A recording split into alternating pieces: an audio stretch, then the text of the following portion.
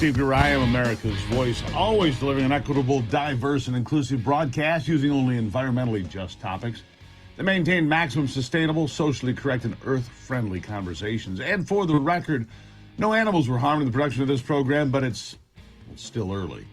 Here are three big things you need to know right now. Number one, China has bet its match in Red America as a giant North Dakota plant allegedly for milling corn has been stopped permanently. The crowd goes wild. Number two, the New York Times says Joe Biden should not run for president again, and that was before the State of the Union and his socialist manifesto that he slimed America with last night. And number three, how about that? Joe Biden gave the socialist manifesto for America while patting himself on the back over and over again. That's right. Now, before the speech, a couple of days ago, Joe Biden was asked about inflation because this kind of set the tone for the speech last night. So I want to share this with you first. He took no blame at all for inflation, despite the fact that gas is up, groceries are up. Good God, have you seen the price of eggs? He did it before and again during the State of the Union. But here's a preview of what he was going to do. Listen. Taking blame for inflation? No. Why not? Because it was already there when I got here, man. Remember what the economy was like when I got here? Jobs were hemorrhaging. Inflation was rising. We weren't manufacturing a damn thing here. We were in real economic difficulty. That's why I don't. Thank you. Mr. President. Now, that sets the stage for what he takes from here. By the way, inflation was 1.4%. Gasoline where I live, $2.25. Groceries were affordable, and eggs were about $1.50 a dozen. Just for the record. All right, so you've got that out of the way. Now, let's go to the speech, because that was this is what it was going to be.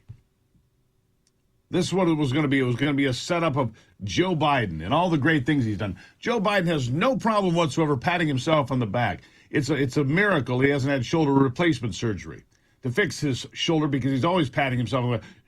Joe, you did a great job again. Here he is on inflation. We'll start there, then we'll talk about it. Bite two, go. Jobs. Folks, inflation has been a global problem because the pandemic disrupted our supply chains, and Putin's unfair and brutal war in Ukraine disrupted energy supplies as well as food supplies, blocking all that grain in Ukraine. But we're better positioned than any country on earth right now. But we have more to do. But here at home, inflation is coming down.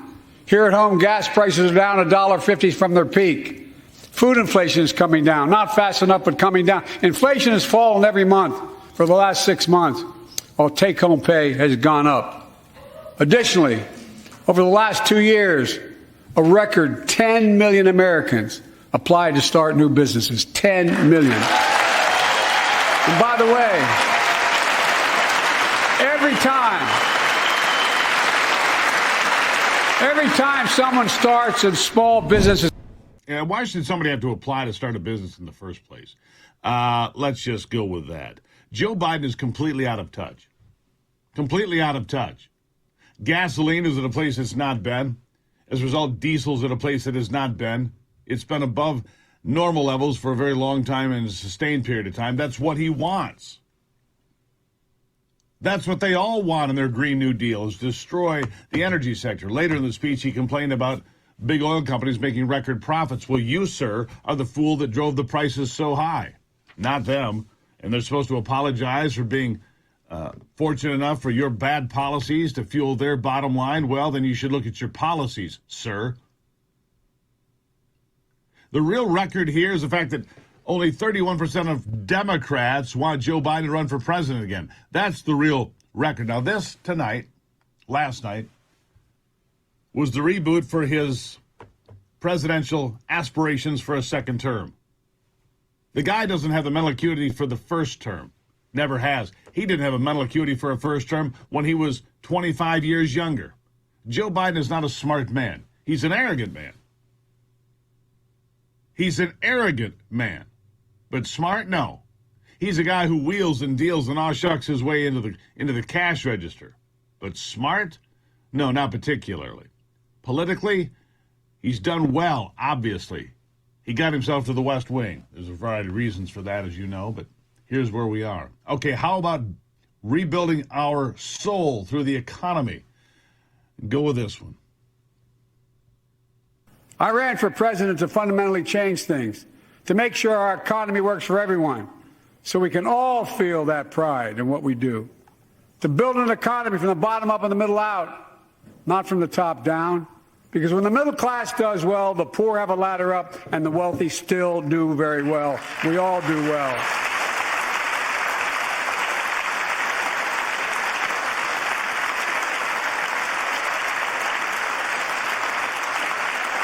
I know a lot of you always kid me for always quoting my dad, but my dad used to say, Joey, a job's about a lot more than a paycheck.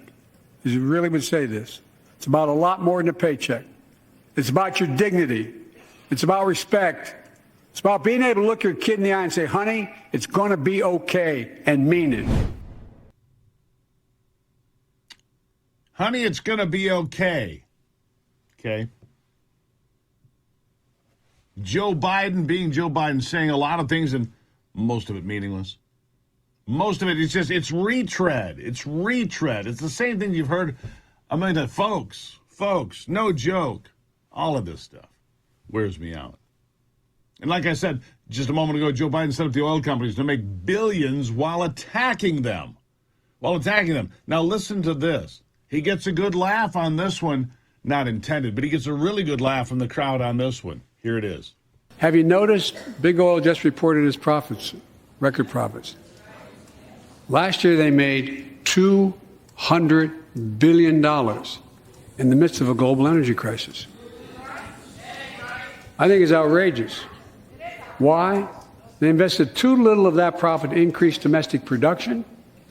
And when I talk to a couple of them, they say, we're afraid you're going to shut down all the oil wells and all the oil refineries anyway, so why should we invest in them? I said, we're going to need oil for at least another decade. And that's going to exceed and beyond that. We're going to need it. For another decade, Joey? We'll be using oil for the rest of my life, and the rest of your short. And I say this with all due respect, but the actuarial tables are what they are, Joey. For the rest of your life, which is not long, the rest of my life, the rest of my kids' lives, the rest of my grandkids' lives, hydrocarbons will be part of the mix. Gas, oil, propane, natural gas, all of it will be part of the mix. I mean, look at what they're doing in other countries, setting up brand new facilities, produce more oil, refine more gasoline, refine more diesels, happening all over the world. Just not happening here as we punish America. America has more energy available under its feet than any nation on earth. We do it cleaner, better, and more sophisticated than anybody on earth, and yet we're punishing ourselves while China and India pollute the world's oceans, pollute the world's air, destroy the planet.